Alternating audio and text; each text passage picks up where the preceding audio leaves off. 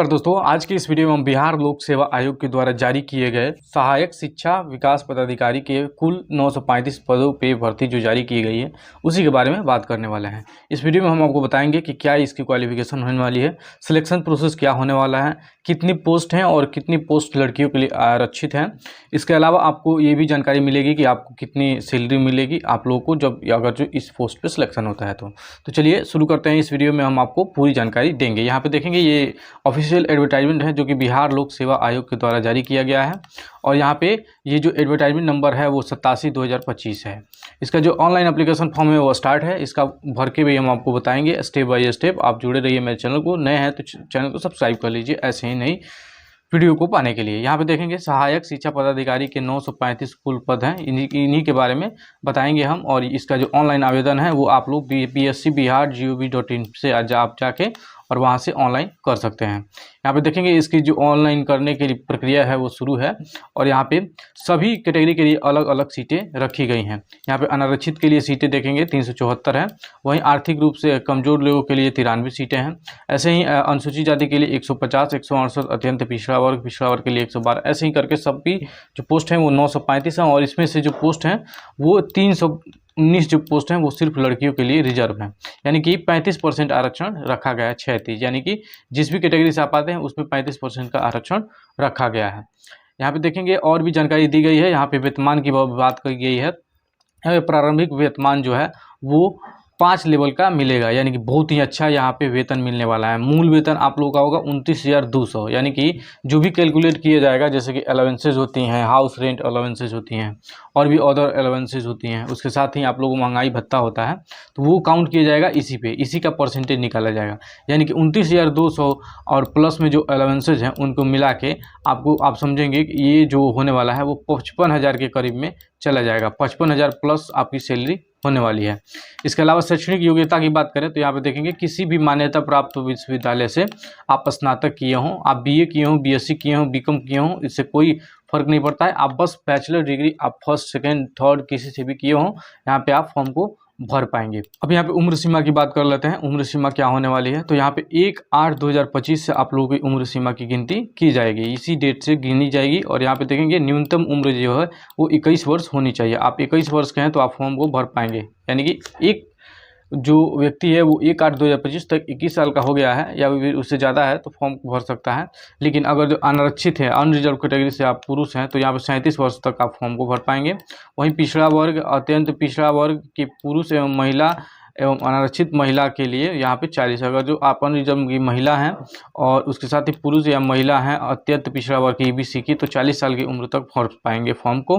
पिछड़ा वर्ग से पुरुष या महिला हूँ वो भी 40 साल तक भर पाएंगे। ये जो है वो मैं बता रहा हूँ आप लोगों को छूट के साथ, यानी कि 3 साल की छूट जो मिलती है जो अत्यंत पिछड़ा वर्ग और पिछड़ा वर्ग को वो यहाँ पे मिली है। और लड़कियों को जो अनारक्षित में है उनको 3 साल की छूट मिली है इसमें। अनुसूचित जाति, अनुसूचित जनजाति पुरुष या महिला हो वो 42 साल की उम्र तक फॉर्म को भर पाएंगे। तो ये जो है वो अच्छा खासा ये इसमें एज में रिलैक्सेशन मिल रहा है यहाँ पे। और ऑनलाइन अप्लाई करने का जो शुल्क रखा गया है वो कितना है, 100 रुपये है। यानी बिहार में कहीं भी किसी भी फॉर्म को भरते हैं, बिहार के निवासी हों या फिर अगर हम बिहार में ही फॉर्म को भरते हैं, बिहार के कोई वैकेंसी निकलती है तो उसमें 100 रुपये माननीय मुख्यमंत्री द्वारा कहा गया है तो 100 रुपये पेमेंट करेंगे आप और इस फॉर्म को भरेंगे। यदि आपका आधार कार्ड में बायोमेट्रिक अपडेट नहीं है तो उसका चार्ज जोड़ के यहाँ पे 200 रुपये लिए जाएंगे। लेकिन सभी किसी का आधार कार्ड है तो यहाँ पे 100 रुपये का ही शुल्क लगेगा। उसके अलावा यहाँ पे देखेंगे ऑनलाइन आवेदन करने की जो तिथि है वो है, ऑनलाइन आवेदन करने के लिए अप्लाई करने के लिए 27/8 से फॉर्म को भराना शुरू हो गया है और यहाँ पे 26/9/2025 तक आप फॉर्म को भर पाएंगे। उसके साथ ही मैं आपको बता दूं कि जो भी आप लोग रिलैक्सेशन चाहते हैं जैसे कि ओबीसी वाले हैं तो उन लोगों को नॉन क्रीमी सर्टिफिकेट बनवाना पड़ता है जिसे एनसीएल कहा जाता है। वो सर्टिफिकेट आप लोग बनवाएंगे और ये लास्ट डेट जो है 26/9/2025 इससे पहले का आपका बना होना चाहिए। उसके अलावा अगर ईडब्ल्यूएस हैं तो ईडब्ल्यूएस का सर्टिफिकेट लास्ट डेट से पहले बनवाएंगे और अगर जो एससी एसटी हैं तो वो भी अपना जो सर्टिफिकेट है वो लास्ट डेट से पहले बनवाएंगे। यहाँ पे बोला जा रहा है कि आवेदन पत्र एवं संबंधित कागजातों की हार्ड कॉपी आयोग कार्यालय में भेजने की कोई जानकारी कोई ज़रूरत नहीं है और ऑनलाइन आवेदन करने के लिए आप लोग यहाँ पे आ सकते हैं। अब हम बात कर लेते हैं सिलेक्शन प्रोसेस की। सिलेक्शन प्रोसेस आप लोग का क्या होने वाला है और उसके अलावा आप लोग जो है उसका सिलेबस क्या होने वाला है, पैटर्न क्या होने वाला है एग्ज़ाम का, ये भी हम इस वीडियो में जानेंगे। तो यहाँ पे देखेंगे चयन प्रक्रिया क्या होने वाला है, चयन प्रक्रिया जो है वो पहले लिखित परीक्षा होगी वस्तुनिष्ठ टाइप का, और उसके बाद से आप लोगों का साक्षात्कार इसमें नहीं होगा। यहाँ पे साफ साफ लिखा गया है, देखेंगे ध्यान से, इसमें साक्षात्कार नहीं लिया जाएगा। और यहाँ पे लिखित परीक्षा क्या कैसे होने वाली है ये हम देख लेते हैं। लिखित परीक्षा में जो परीक्षा की प्रकृति, प्रश्नों की संख्या कितनी होगी और परीक्षा की अवधि कितनी होगी, सब यहाँ पे दिया गया है। यहाँ पे सामान्य भाषा का जो है पेपर होगा, जिसमें भाग 1 और भाग 2 होगा। एक ही पेपर है जिसमें भाग 1 और भाग 2 करके दिया रहेगा। भाग 1 में रहेंगे 30 क्वेश्चन 30 मार्क्स के, और ये सामान्य अंग्रेजी का होगा, यानी कि इंग्लिश का क्वेश्चन होगा। वही हिंदी का यहाँ पे 70 मार्क्स के क्वेश्चन होंगे, 70 क्वेश्चन होंगे, और यहाँ पे सामान्य हिंदी का होगा।